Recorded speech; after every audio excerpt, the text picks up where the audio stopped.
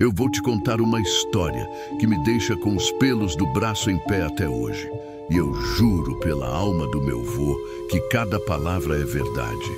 Isso aconteceu lá na fazenda do seu Antônio, um lugar tão perdido no meio do mato que o mapa nem sabia que existia, lá pelos idos de 1998.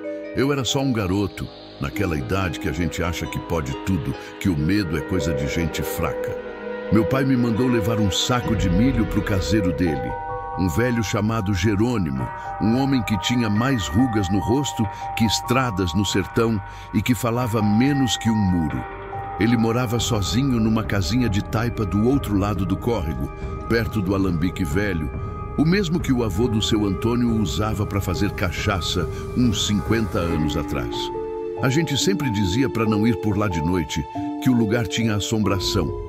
Mas para um menino de 12 anos, isso era só conversa fiada. Eu peguei o saco de milho, joguei no ombro que quase me quebrou e atravessei o córrego pela pedra de moer, sentindo a água gelada passar por cima dos meus pés descalços. O sol já estava se pondo, pintando o céu com um vermelho de sangue, e os grilos começavam sua sinfonia barulhenta. A casa do Jerônimo ficava no meio de um capinzão alto, e quando eu cheguei perto, vi que a luz da lamparina dele estava acesa, uma bola amarelada tremulando na janela. Bati na porta, madeira velha que rangeu, como se estivesse reclamando. Ninguém respondeu. Bati de novo, mais forte. Silêncio. A porta estava entreaberta, só um trinco. Eu empurrei devagar, com o coração batendo um pouco mais forte. A casa estava vazia. A lamparina estava acesa em cima da mesa, um prato com comida pela metade e uma cadeira virada. Jerônimo não estava lá. Pensei, bom, ele deve ter ido no mato fazer alguma coisa. Ele sempre fazia isso. Deixei o saco de milho no canto da sala e decidi esperar um pouco. Sentei na cadeira que estava de pé e fiquei olhando para a parede, cheia de santos e fotos pretas e brancas de gente com cara de poucos amigos. O tempo foi passando, a lá fora ia ficando escura, e o silêncio da casa começou a ficar pesado, denso. O único som era o tic-tac de um relógio de parede que parecia contar os segundos da minha vida. Foi quando eu ouvi o primeiro barulho. Um som de metal batendo em metal, lá de fora. Fraco, tipo alguém chutando um balde vazio. Me levantei e fui até a porta, espiando pela fresta. Não via nada, só o capinzão danando com o vento e a escuridão que já tinha engolido tudo. Fiquei parado um tempão, o ouvido em pé. Nada. Voltei para dentro, o coração já batendo mais depressa. A história do alambique começou a martelar na minha cabeça.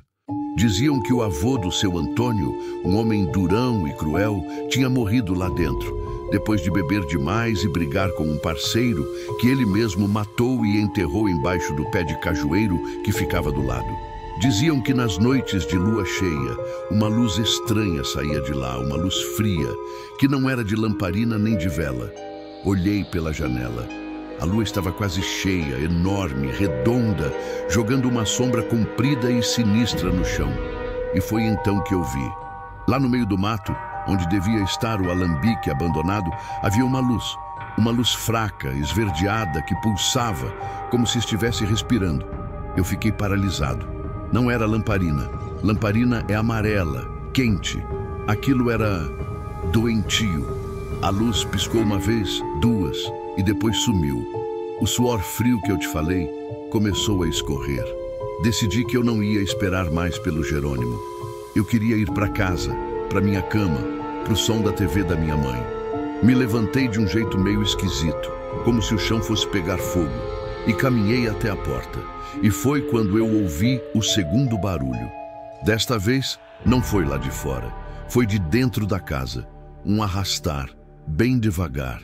Parecia alguém arrastando um saco pesado pelo chão de terra batida. Eu congelei, o sangue gelou nas minhas veias, o som vinha do quarto nos fundos, a porta que estava entreaberta. Eu não podia mover, não podia respirar. O arrastar parou, e então, uma voz rouca, fraca, que parecia vir de um buraco muito fundo. Jerônimo! A voz disse. Eu quase botei o pé fora da porta e comecei a correr. Mas uma curiosidade doentia, uma coisa que eu não consigo explicar, me prendeu no lugar. Quem estava chamando pelo Jerônimo? E por que a voz soava tão vazia? O arrastar começou de novo, mais perto desta vez, vindo em direção à porta do quarto. Eu me escondi atrás da mesa grande, aonde a lamparina estava, e espiei por cima da borda. A porta do quarto se abriu lentamente, com aquele rangido de filme de terror, e ninguém saiu. O vazio saiu. Uma sombra, mais escura que a própria escuridão da casa, parou no umbral da porta. Não tinha forma definida. Era como se o ar tivesse engrossado ali. E a luz da lamparina, a luz amarela e quente, começou a tremer mais forte, como se tivesse medo. A sombra ficou ali parada por um tempo que pareceu uma eternidade. E então ela se moveu. Não andou. Flutuou. Devagar.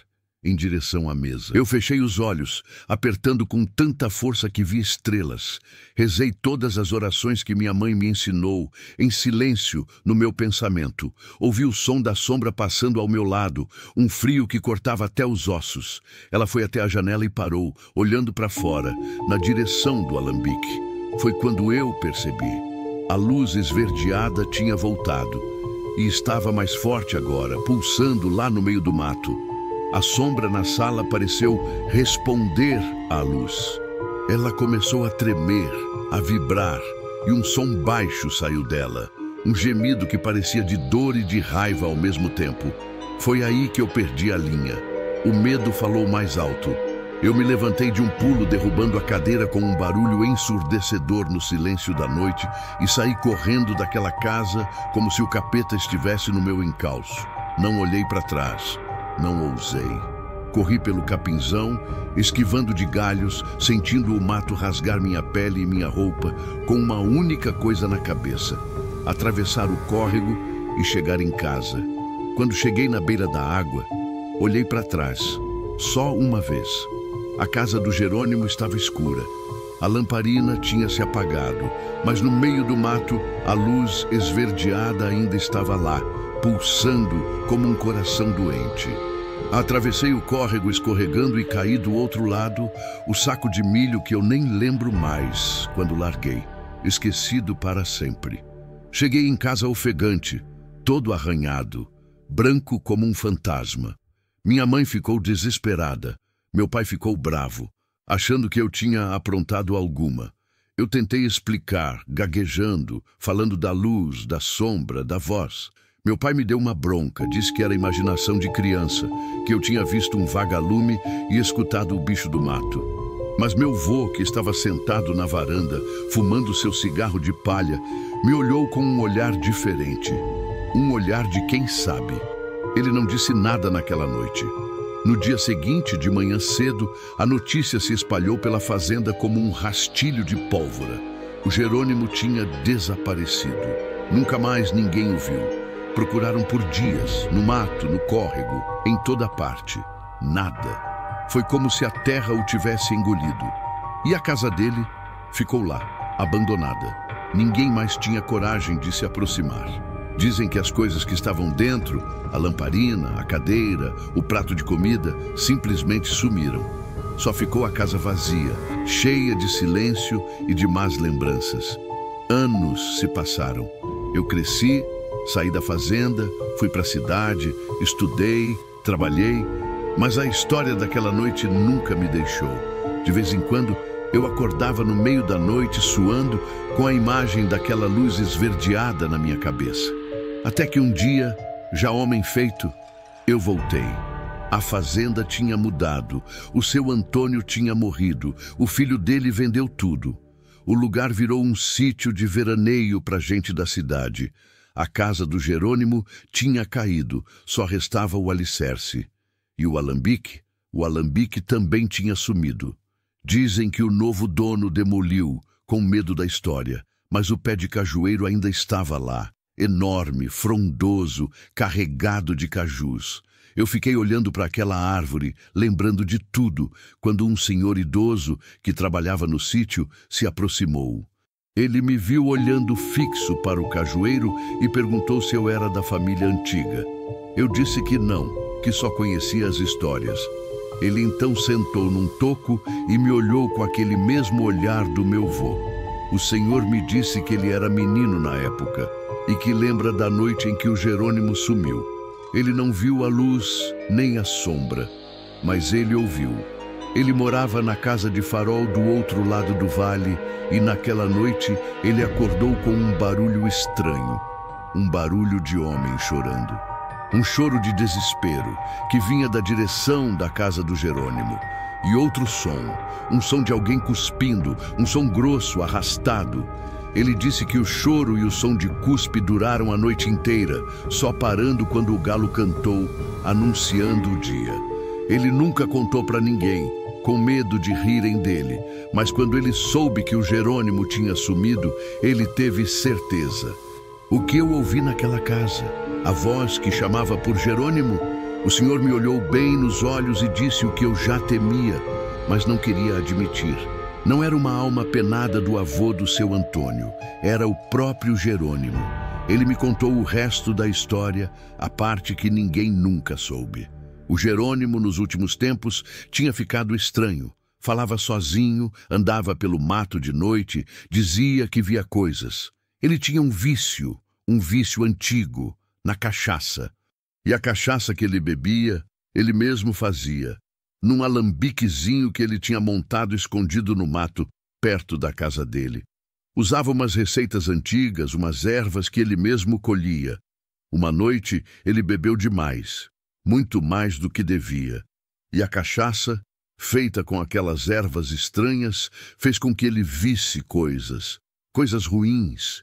Ele entrou em parafuso, começou a brigar com as visões, com os demônios que ele mesmo criou na sua cabeça. Ele saiu de casa cambaleando e foi para o seu alambique.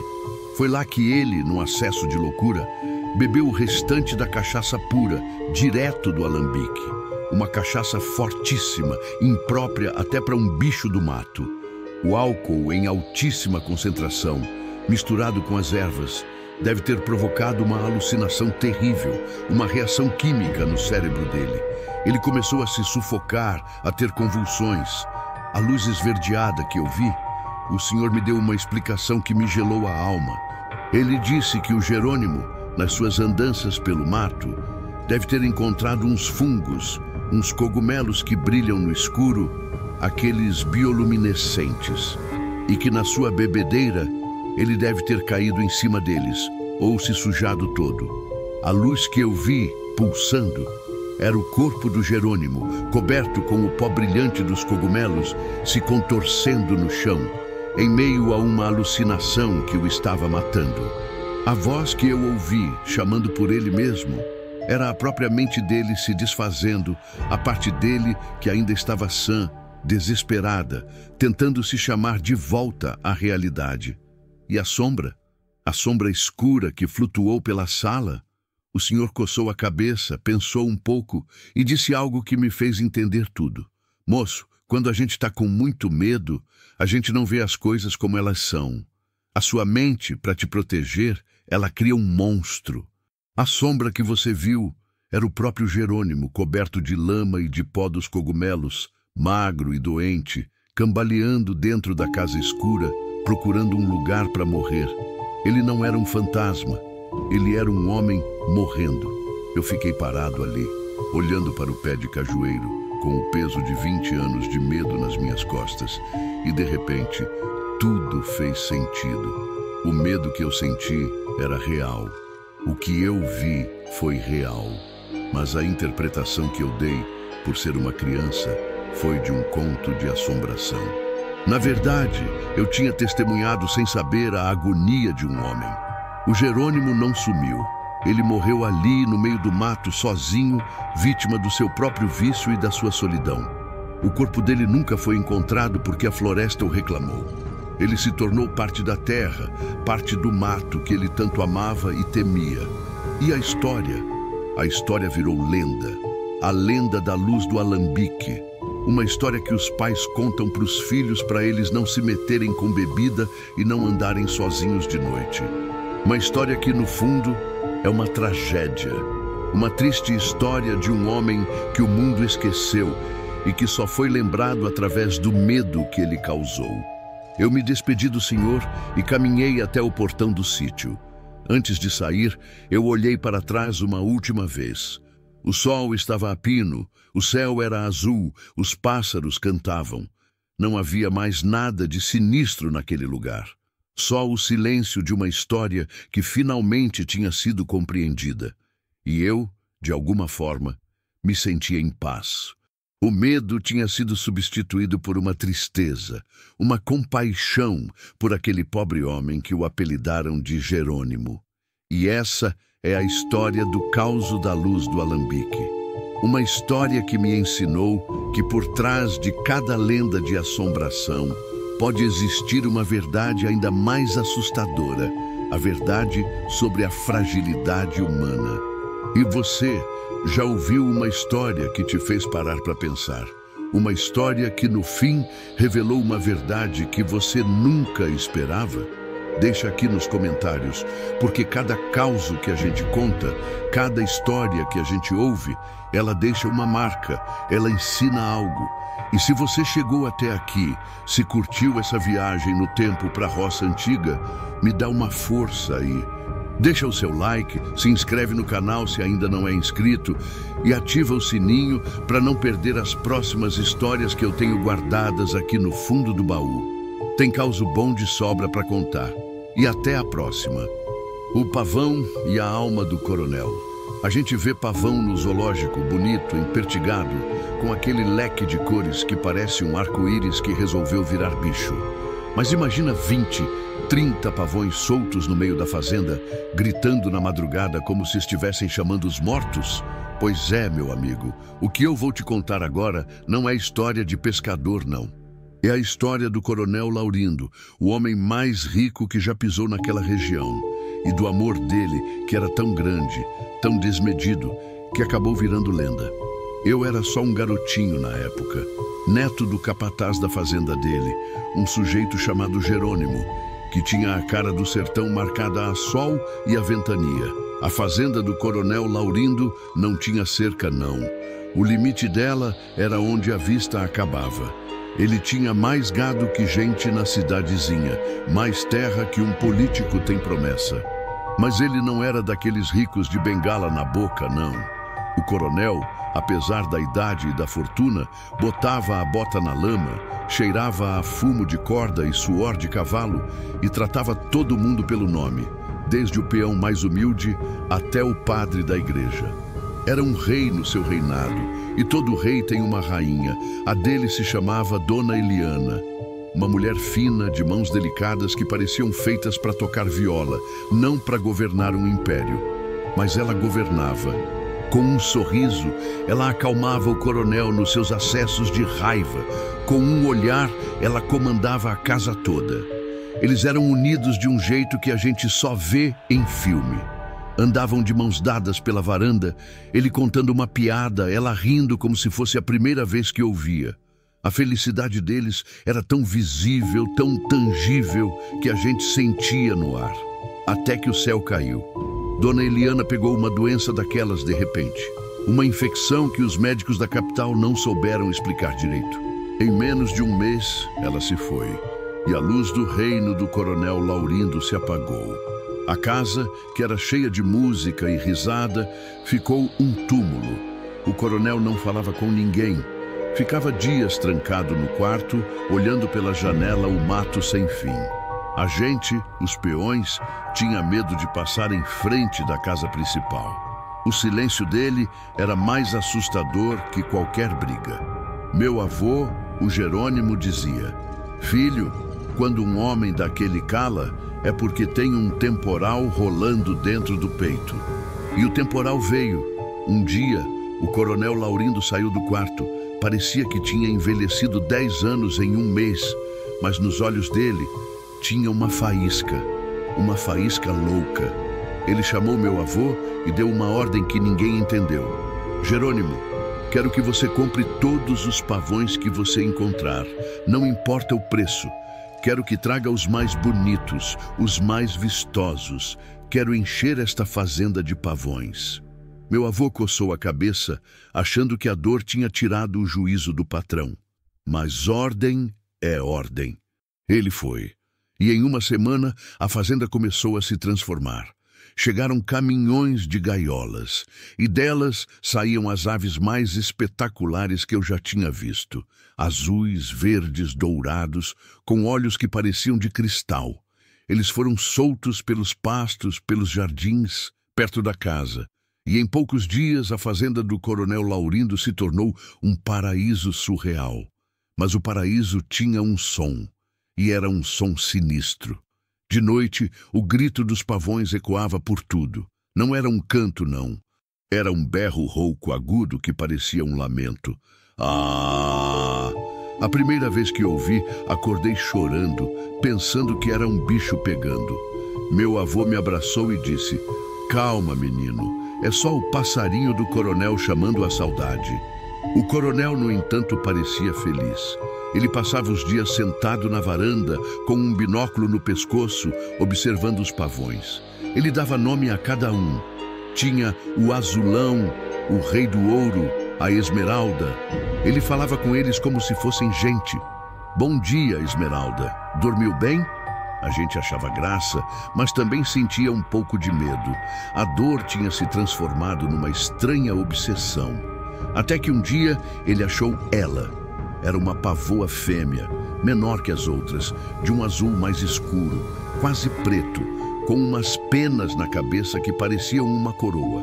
E ela tinha uma mancha branca, bem pequena, em forma de coração, no peito. O coronel parou de observar os outros.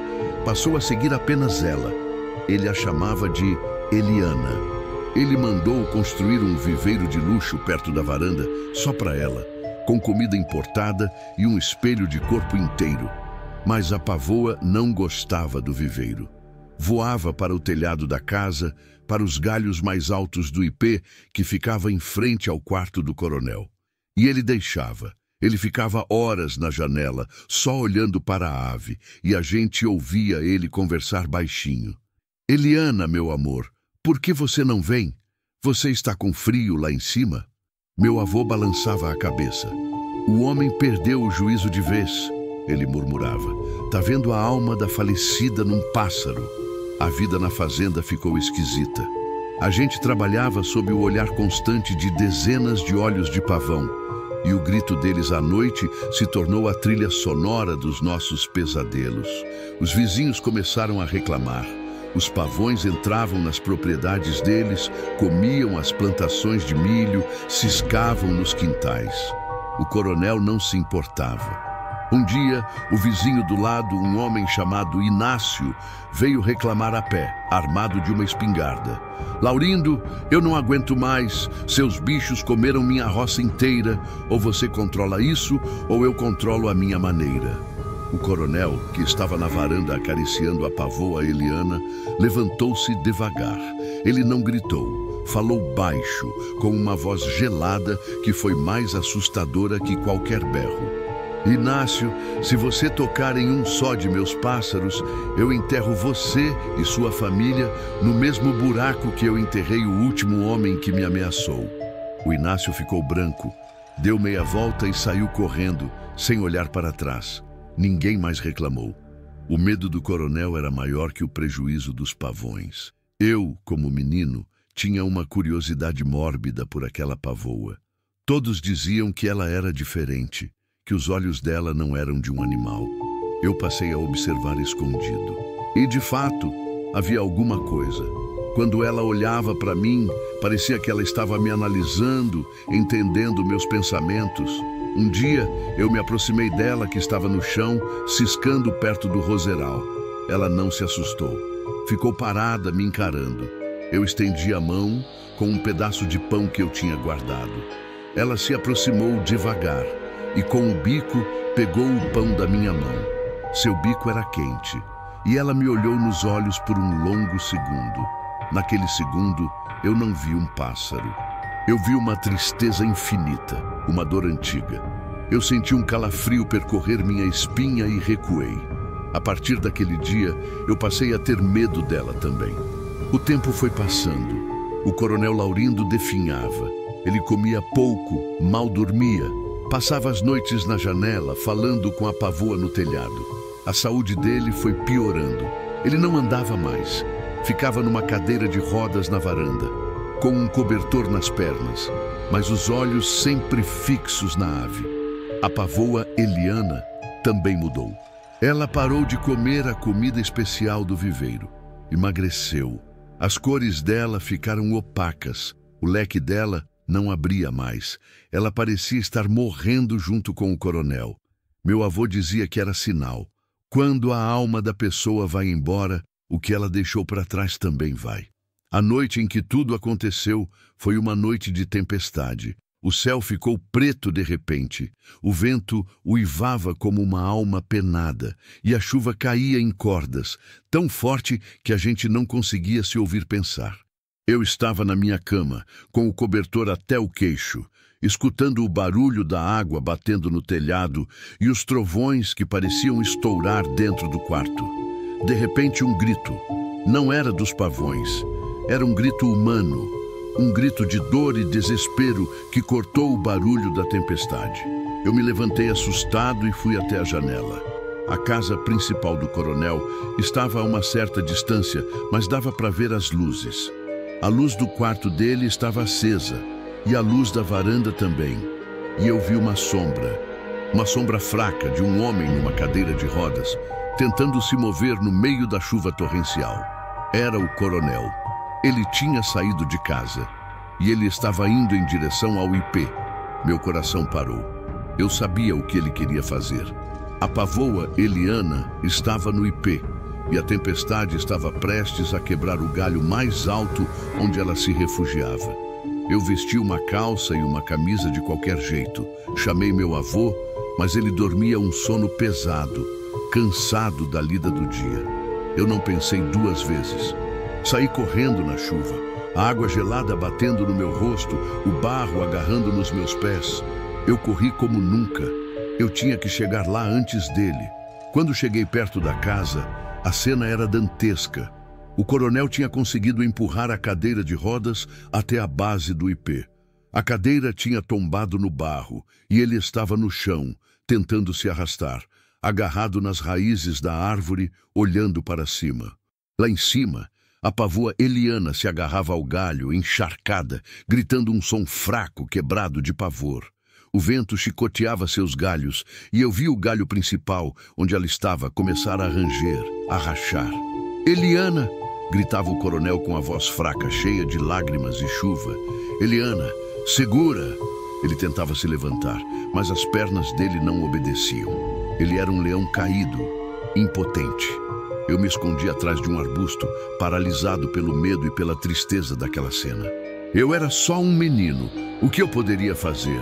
O galho rangeu uma última vez e estourou com um som seco que nem a tempestade abafou. A pavoa caiu. Ela não caiu no chão mole. Ela caiu em cima do coronel. O corpo dela, pequeno e molhado, bateu no peito dele. E ele, com o último fôlego que tinha, a abraçou. Apertou a ave contra o peito, como se estivesse abraçando a mulher que ele tinha perdido. E ali, no meio da tempestade, na lama, debaixo do ipê quebrado, o homem mais rico da região morreu. Morreu abraçado a um pássaro, com um sorriso de paz nos lábios. A chuva continuou a cair sobre os dois, lavando a cena, como se o mundo quisesse apagar a dor daquele amor. Eu fiquei ali, escondido, chorando, até a chuva amainar e o sol começar a nascer no horizonte, pintando o céu com cores que pareciam as penas de um pavão. No dia seguinte, o caos. A polícia, os parentes da cidade, a curiosidade dos peões. Eles encontraram os corpos. O médico legista disse que foi um infarto. O coração dele não aguentou, mas todo mundo na fazenda sabia a verdade. Ele morreu de amor, morreu de saudade, morreu no exato momento em que sentiu a alma da sua mulher voltar para ele, mesmo que por um segundo, nas asas de uma ave. A pavoa foi enterrada junto com ele, no mesmo túmulo, num caixão pequeno ao lado do grande. A fazenda foi vendida. Os pavões, sem o dono, se espalharam pelo mato. Até hoje, dizem que de vez em quando, nas noites de lua cheia, alguém ouve um grito de pavão ecoando perto do cemitério da cidade. Um grito que não é de lamento, mas de saudade. Anos se passaram. Eu também saí daquela terra. Fui estudar, me formar, viver a vida. Mas a imagem do coronel Laurindo, abraçado à pavoa no meio da chuva, nunca me saiu da cabeça. Eu voltei à cidadezinha há alguns anos, para um funeral. E depois do enterro, fui até o cemitério e encontrei o túmulo deles. Uma lápide enorme de mármore com os dois nomes, Laurindo e Eliana. E embaixo, uma escultura de um pavão com as asas abertas, protegendo um coração. Fiquei ali, olhando, quando um senhor muito velho que cuidava do cemitério se aproximou. Ele me viu olhando para o túmulo e perguntou se eu era da família. Eu disse que não, que só conhecia a história. Ele então sorriu, um sorriso triste, e me disse: "Esse túmulo é o meu trabalho de uma vida. Eu era peão lá na fazenda do coronel. Vi tudo, e ele me contou o segredo que ninguém nunca soube. Ele me disse que a mancha em forma de coração no peito da pavoa, Eliana, não era coincidência. Dona Eliana, a esposa do coronel, tinha uma marca de nascença exatamente assim, no mesmo lugar. Um coração perfeito, bem acima do seio esquerdo. Ela tinha vergonha da marca, mas o coronel amava. Dizia que era o lugar onde a alma dela batia mais forte. O senhor do cemitério olhou para mim e completou: "O coronel não ficou louco. Ele não viu a alma da mulher num pássaro. Ele encontrou um pedaço dela, um sinal, a prova de que ela ainda existia em algum lugar. Ele não estava cuidando de uma ave, ele estava cuidando da última lembrança física que ele tinha dela. O amor dele não era loucura, era a fé mais pura que eu já vi." Eu fiquei sem palavras. Tudo fez sentido. A obsessão, a dedicação, a morte final. Não era a história de um homem rico que enlouqueceu. Era a história de um homem que amou tanto que a dor da perda quase o destruiu e que se agarrou a um sinal, um milagre para continuar vivo. E a pavoa? Ela não era a reencarnação de Dona Eliana, mas ela se tornou o elo que permitiu que o amor do coronel sobrevivesse por mais alguns anos e que permitiu que ele morresse em paz, sentindo pela última vez o abraço da sua amada. E essa é a história do pavão e a alma do coronel. Uma história que me ensinou que o amor não tem lógica, não tem regras. Ele é maior que a vida, mais forte que a morte, e às vezes ele se manifesta das formas mais inesperadas, mais bonitas e mais trágicas. E você, já ouviu uma história de amor assim? Um amor que desafiou a razão, que atravessou barreiras que a gente nem imagina? Deixa aqui nos comentários, porque o mundo está cheio desses grandes amores escondidos, esperando alguém para contar. E se você chegou até aqui, se essa história tocou seu coração, me dá uma força e deixa o seu like, esse like que é como um aplauso para essa história. Se inscreve no canal se ainda não é inscrito e ativa o sininho para não perder as próximas jornadas que eu trago para você. Porque cada causo é uma vida e cada vida tem uma lição. E até a próxima.